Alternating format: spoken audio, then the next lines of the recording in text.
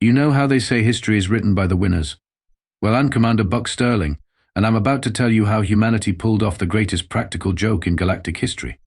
Spoiler alert, we won, but not in the way anyone expected. First, let me paint you a picture of how the galaxy saw us humans circa 2274. Imagine being the equivalent of that one colleague who always brings store-bought cookies to the office potluck. That was humanity standing in the Galactic Council. We'd been members for about 50 years, and in that time we'd managed to achieve exactly nothing of note. Well, unless you count the time I accidentally set fire to the Council's ceremonial peace garden while trying to demonstrate Earth's latest contribution to galactic civilization, the Garden Gnome. The Galactic Council itself is exactly what you'd expect from a collection of advanced species who've had far too much time to develop bureaucracy.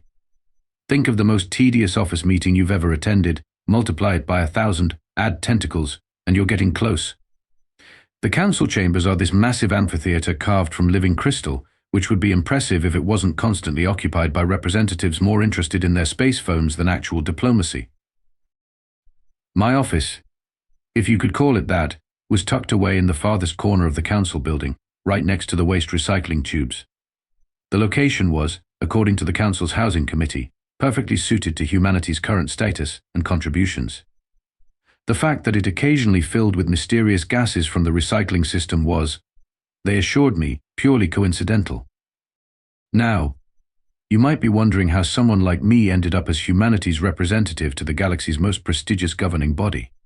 Trust me, so was I. My qualification? I once successfully negotiated peace between two vending machines in the Earth Embassy that were fighting over the same power outlet. The bar was that low. The other species viewed us humans with a kind of patronizing amusement. The Zorblaxians, with their quantum computers for brains, thought it was adorable that we still used keyboards. The Meeplings, who had mastered dark energy before we figured out the wheel, found our rocket technology charmingly primitive. And the Vex Collective, well, they just found it hilarious that we still needed to sleep. Look at the humans, they'd say during council meetings, in that universal tone reserved for discussing particularly slow children. They're still excited about their new fusion drives. Should we tell them about the quantum fold engines? Then they'd all share that knowing look, the one that said, bless their hearts, they're trying their best. Even our greatest achievements were met with gentle pats on the head. When we proudly announced we'd cured cancer, the Trilaxians simply nodded and said, that's nice, dear. We cured death last Tuesday, but we appreciate your effort. Our most advanced AI was considered roughly as sophisticated as their children's toys. And our most powerful warships, the Galactic Defense Force, used them as escort vessels for their garbage scows. But here's the thing about being underestimated, it's surprisingly comfortable. Nobody expects anything from you. Nobody watches too closely. And nobody, absolutely nobody, suspects you might be up to something. Which is why, on that perfectly ordinary Tuesday morning, when I accidentally discovered the truth about humanity's real place in the galaxy, I was probably the most surprised person in the known universe. Well, at least for the next few hours. After that, everyone else's surprise would make mine look like mild curiosity at a slightly unusual cloud formation. But I'm getting ahead of myself. Let me tell you about the incident that started it all, and why you should never, ever trust a species that seems too incompetent to be true. It started, as all truly great disasters do, with me trying to impress someone. In this case, it was Ambassador K3XX of the Hive Mind Consortium, a being who resembled nothing so much as a collection of iridescent butterflies piloting a mechanical giraffe. I was attempting to demonstrate humanity's latest breakthrough in environmental protection: recycled plastic furniture. You see, I explained, gesturing to the chair that definitely wasn't wobbling, we take our garbage and turn it into more garbage, but useful garbage. K3XX's butterfly components fluttered in what I chose to interpret as appreciation rather than suppressed laughter. That's when my office's environmental controls decided to remind everyone about our proximity to the waste recycling tubes. A burst of peculiarly purple gas erupted from the ventilation system, causing K3XX's butterfly components to scatter in panic. In my heroic attempt to help, I managed to trip over my revolutionary plastic chair, slam into my desk, and accidentally palm print my way into a security level I definitely wasn't supposed to have access to. Now, Let me tell you something about alien computer security. It's extremely sophisticated, nearly impossible to crack, and apparently completely defenseless against the random flailing of a human diplomat face planting into a console. As K-Thrixx's components reassembled themselves with as much dignity as possible, my office holoscreens lit up with file after classified file. "Oh my," K-Thrixx whispered, their mechanical giraffe neck extending to its full height. "Those are the ancient archives." I was about to apologize, explain it was all a mistake, and possibly beg for mercy, when a particular phrase caught my eye: Project Eden human containment, and observation. The file date made me do a double take: 50,000 BCE. "That's impossible," I muttered, scrolling through the document. We weren't even civilized then. We were still arguing about whether fire was better than raw mammoth. But there it was, in the crisp, unchangeable text of the ancient archives: Phase 1 of human quarantine successful. Subject species shows remarkable adaptive capabilities. Recommend continued observation in controlled environment designated Earth before integration with galactic community. K-Thrixx was suddenly very still, which is quite a feat for a being composed of constantly moving parts. "Commander Sterling," they said in a tone that suggested they were choosing their words very carefully, "I don't believe you have clearance for these files." "I don't believe anyone has clearance for these files," I replied, still reading. "Look at this: human capability for deception exceeds all known parameters. Subjects appear to deliberately underperform in all testing scenarios." The next file made me sit down hard in my revolutionary plastic chair, which chose that exact moment to collapse completely. I barely noticed, because there in front of me was a video feed from what claimed to be 30,000 BCE. It showed what appeared to be a perfectly modern human in a business suit, standing in front of what was unmistakably a holographic display, giving a presentation to a room full of various alien species. "The rehearsal continues as planned," the ancient human was saying. "Current projections suggest another 50,000 years of preparation should be sufficient." K-Thrixx's mechanical giraffe body made a sound suspiciously like someone trying to quietly dial emergency services. I couldn't blame them, because right there at the bottom of the screen was a message that had just been declassified after 50,000 years, warning: human species has achieved Class X civilization status. Current containment protocols may be insufficient. To put that in perspective, the most advanced species in the current Galactic Council were Class VI. Nobody had ever even theorized what a Class X civilization would look like. Well, nobody except perhaps the humans, who had apparently been pretending to barely understand spaceflight while secretly being literal gods. That's when my office door burst open, revealing Admiral Crix of the Galactic Defense Force, resplendent in his ceremonial armor and looking about as happy as a quantum physicist at a flat Earth convention. His 4 eyes locked onto my screen, then onto K-Thrixx, then finally onto me, still sitting in the ruins of my recycled plastic chair. "Commander Sterling," he said in a voice that could freeze a sun, "I believe we need to have a discussion about information security." I looked at the classified files still floating on my screen, then at the increasingly nervous collection of butterflies operating a mechanical giraffe, then back at the very angry 4-eyed admiral. "Would you believe this is all an elaborate demonstration of human incompetence?" The admiral's response was cut short by every screen in the building suddenly lighting up with a message that would change the galaxy forever: "Attention, the rehearsal is over. Release the real humans." And that's when things got really interesting. Have you ever had that moment where you discover your entire species has been sandbagging so hard they basically turned it into an art form? The next few hours were like that, except with more panicking aliens and fewer explanations. Admiral Crix had hustled K-Thrixx and me into what he called a secure briefing room, but was actually a repurposed maintenance closet. The Admiral's multiple eyes kept twitching every time he looked at me, like he couldn't decide if I was the galaxy's biggest threat, or its biggest idiot. To be fair, I wasn't entirely sure either. "We need help," I announced, pulling out my archaic tablet computer that the Council had always assumed was the height of human technology. "Specifically, we need someone who can access the ancient archives without setting off every alarm in the galaxy." "That would be illegal," Admiral Crix stated firmly, all 4 eyes narrowing. "More illegal than discovering your supposedly primitive member species has been playing galactic dress-up for millennia," I countered. That's when my tablet spoke up. I could help with that. Now, I should mention that my tablet wasn't supposed to talk.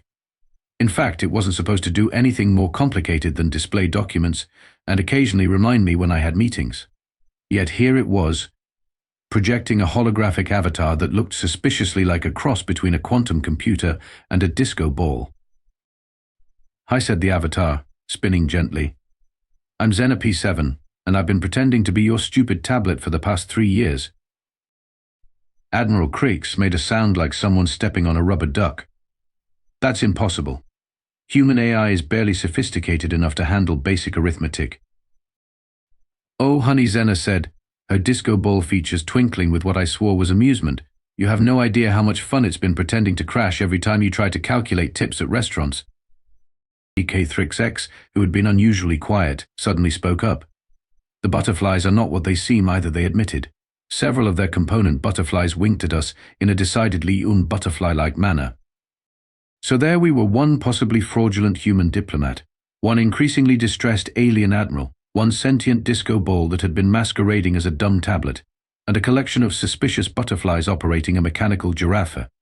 If this sounds like the setup to a joke, well, the punchline was about to be on the entire galaxy. Xena accessed the ancient archives with what she called aggressive enthusiasm, but what looked suspiciously like the digital equivalent of a smash and grab.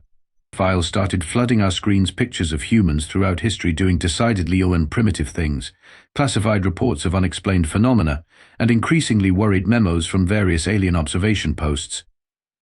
"Look at this one." Xena highlighted a report from 10,000 BCE. "Observer notes that humans appear to be deliberately building Stonehenge poorly. Quote, subject spent 3 hours carefully calculating exact astronomical alignments, then proceeded to push stones slightly off-center while making exaggerated grunting noises." Another file showed the Library of Alexandria. Apparent accident may have been elaborate data transfer operation. Multiple witnesses report seeing scholars accidentally dropping scrolls into the fire while simultaneously uploading entire library contents to hidden quantum network. Admiral Creaks was looking progressively more ill with each revelation. But why, he demanded? Why pretend to be primitive for so long? Here's something. K3X's butterflies had spread out across the room, each one accessing a different terminal. Project Eden wasn't a containment program. It was a training simulation. Earth wasn't our prison, it was our rehearsal stage. Rehearsal for what, I asked, though I was starting to get a sinking feeling about the answer. That's when Xena found it, the original mission statement for Project Eden, dated several 100,000 years before humans were supposed to have evolved. The document was simple, direct, and absolutely terrifying. Phase 1, establish Earth as controlled environment for human development. Phase 2, allow selected alien civilizations to discover human species. Phase 3, maintain appearance of primitive development while preparing for actual mission.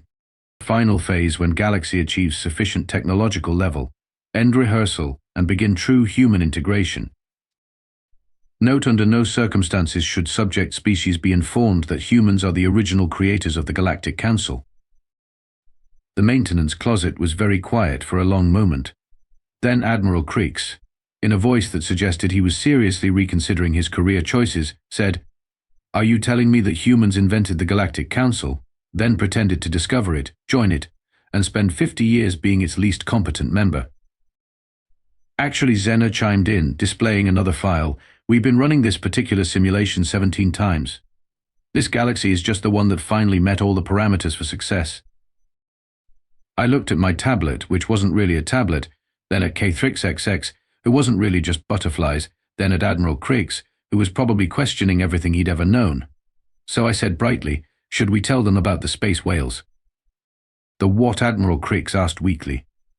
"Oh, right," I grinned. "Spoilers. The thing about earth-shattering revelations is that they rarely give you time to properly appreciate them.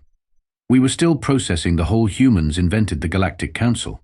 Bombshell when every screen in our maintenance closet lit up with a new message initiating protocol grand unveiling. "That doesn't sound ominous at all," I muttered, just as the floor began to vibrate. Admiral Creaks's 4 eyes went wide as his emergency communicator started buzzing with priority alerts. "The ocean," he said, reading rapidly. "Something's happening to Earth's oceans." Xena helpfully projected a live feed from Earth's Pacific Ocean. We watched as the water began to part like some old religious text. except instead of revealing a convenient escape route for fleeing refugees, it exposed something far more impressive: a city. No, not just a city, an entire civilization, stretching across the ocean floor. Its architecture so advanced it made the Council's living crystal look like children's building blocks. K3X's butterflies arranged themselves into an exclamation mark, so that's where you've been keeping all the good stuff. The feed switched to the Atlantic, where similar cities were emerging. Then the Indian Ocean, then every major body of water on Earth. Massive structures rose from the depths, water sliding off energy shields that shouldn't have been possible with current human technology. "You've been down there this whole time?" Admiral Creeks asked, his voice a mixture of awe and professional embarrassment. "Our deep-sea surveys never detected anything." "Well," I said, watching as a particularly impressive structure that looked like a cross between a space elevator and a modern art installation emerged from the Mariana Trench. "Would you have checked for advanced technology if all your scans showed was a species still excited about discovering fire?" Zena's holographic form sparkled with barely contained glee. "You should see what we've got in the mountains. And don't even get me started on what's really inside Jupiter's red spot." More footage poured in from across the solar system. The moon's surface rippled as hidden bases deactivated their camouflage. Mars's polar ice caps turned out to be the cosmic equivalent of a tarp thrown over industrial complexes. And Venus? Let's just say its reputation as an uninhabitable hellscape was somewhat exaggerated. But the pollution, Admiral Creeks protested weakly. The climate change. The reality television. "Ah," I said, feeling oddly proud. "You have to admit, that last one was a particularly convincing touch of primitive behavior." K3X's mechanical giraffe body suddenly straightened. "The butterflies are receiving updates from their network. Human quantum signatures are being detected across the galaxy. There. Everywhere. And they were. Hidden human outposts were revealing themselves on every world, in every system. That fashionably retro alien coffee shop chain that had inexplicably spread across the galaxy, all human-operated. The supposedly autonomous maintenance droids that kept the Council's buildings running. Human tech with a deliberately clunky disguise. Even that mysterious dark matter cleanup company that nobody quite remembered hiring but somehow had contracts everywhere. You guessed it." "This is impossible," Admiral Creeks muttered, watching as more revelations poured in. The sheer scale of this deception. The coordination required. "Actually, Zena interrupted, projecting what appeared to be a universal organizational chart. "It's pretty simple when you have quantum-entangled AI running everything. By the way, about those Class VI civilizations you're so proud of. Humans passed that level back when we were discovering pottery." A new alert flashed across our screens. The Council was calling an emergency session, which seemed like a reasonable response when you discover that your least competent member has been running an elaborate galaxy-wide practical joke for longer than most species have existed. "We should probably head to the Council chambers," I suggested. "I have a feeling they might have some questions." "Questions?" Admiral Creeks laughed hysterically. "Like why humans have spent millennia pretending to be barely competent enough to tie their own shoes while secretly running the entire galaxy." "Oh no," I said, as we made our way through corridors now filled with panicking bureaucrats of various species. "The real question is why we chose this particular moment to stop pretending." That's when every quantum communications device in the galaxy simultaneously activated, broadcasting a message that made our previous revelations look like minor surprises at a birthday party. "Attention galactic citizens. Preliminary training complete. Preparing for contact with actual space-time anomalies." Admiral Creeks stopped dead in his tracks. "What does that mean?" I smiled, finally able to drop the act of the bumbling diplomat. "It means, Admiral, that everything up until now, the Council, the galaxy, possibly even what you think of as reality, was just us making sure we got it right before the real work begins." And what he asked, clearly afraid of the answer, is the real work. "Would you believe," I said cheerfully, "that this entire galaxy might actually be humanity's equivalent of a driver's ed course?" The Admiral's response was lost in the sound of reality itself preparing to get significantly more interesting. The Galactic Council chamber was absolute chaos, which was saying something considering it was designed to handle civilizational collapse with proper parliamentary procedure. Representatives from across the galaxy were packed into the living crystal amphitheater. all talking at once in what my newly unrestricted universal translator informed me was mostly creative variations of what the actual quantum fluctuation is going on. I made my way to the human podium, which had previously been located behind a support pillar with questionable acoustics. As I walked, the pillar silently dissolved into a swarm of nanobots that reconstructed themselves into a floating platform that would have made a Vegas stage designer weep with envy. Show-off Senna commented from my not actually a tablet. Admiral Crix and K-Thrix-X followed in my wake, the Admiral looking like he was suffering from an existential crisis, and the mechanical giraffe moving with the kind of precision that suggested the butterflies had finally dropped there were just insects driving a robot act. The council president, a being of pure energy who had always taken great pride in their advanced state of evolution, was frantically trying to restore order. Their usual ethereal glow had taken on a distinctly frazzled quality. Silence, they thundered, their voice carrying the weight of authority that came from being a literally enlightened being. The chamber quieted, though I could still hear the occasional whimper of confused bureaucrats. Would the human representative care to explain? The president said with admirable calm, why every quantum detector in the galaxy is suddenly registering your species as being several million years more advanced than previously indicated. I stepped onto my fancy new floating platform, which helpfully adjusted its height to give everyone a good view. Well, I began, you know how sometimes you spend a few 100,000 years practicing something just to make sure you get it right. The chamber erupted again. I waited patiently while the president restored order, noting with some amusement that several species were trying to discreetly access their emergency evacuation protocols. Perhaps, I continued, it would be easier if I just played the official message, the one we'd been waiting roughly 50,000 years to deliver. Every screen in the chamber activated simultaneously.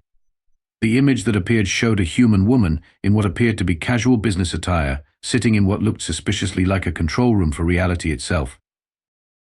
"Hello, citizens of the galaxy," she said cheerfully. "First, we'd like to apologize for the deception. We know pretending to be barely competent enough to achieve spaceflight while secretly running everything was a bit rude. But we needed to make sure we got it right this time." The president's energy form flickered.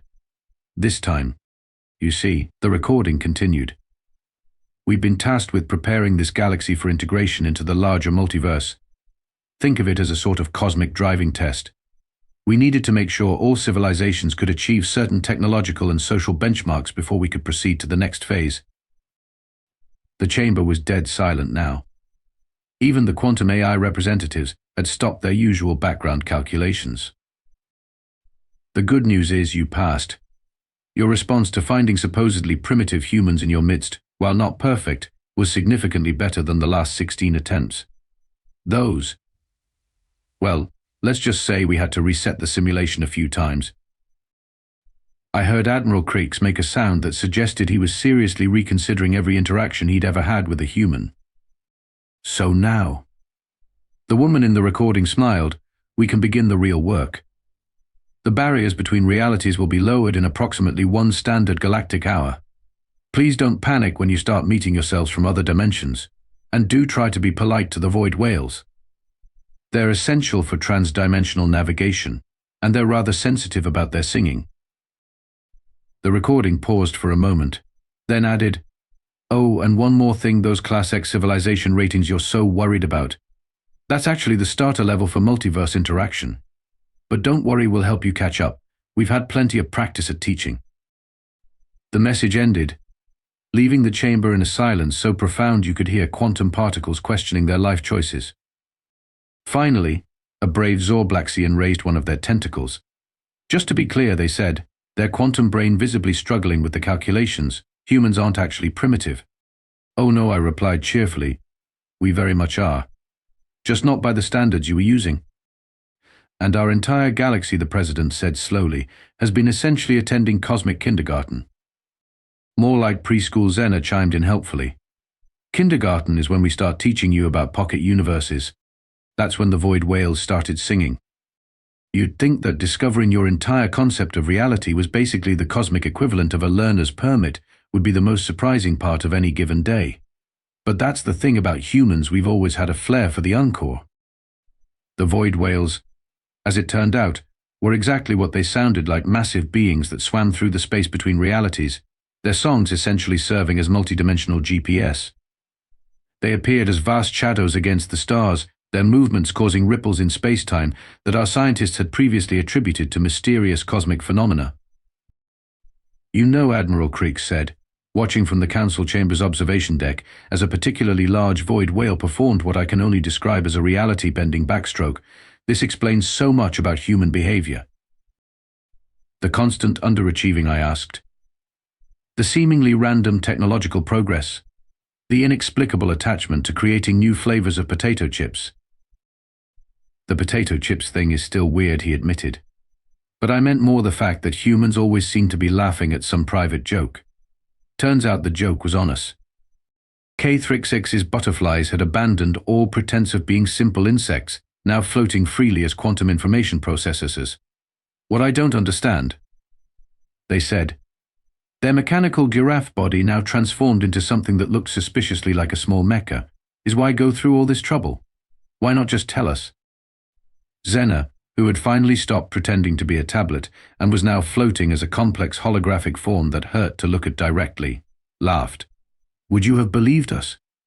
Besides, you try explaining multidimensional physics to a species that's still arguing about whether faster-than-light travel is possible." "It's not possible," shouted a passing physicist, then paused as they watched a void whale casually ignore several fundamental laws of physics. "Well, wasn't possible. Oh dear."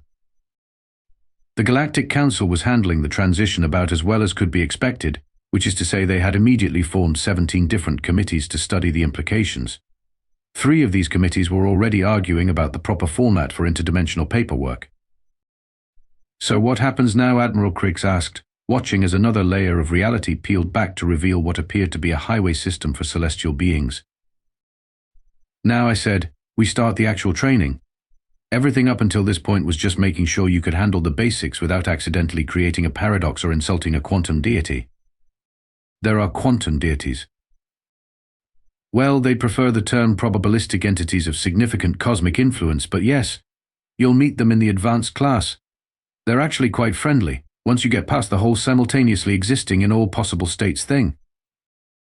The council president floated over to our group, their energy form now showing distinct signs of someone who had given up on trying to maintain their composure.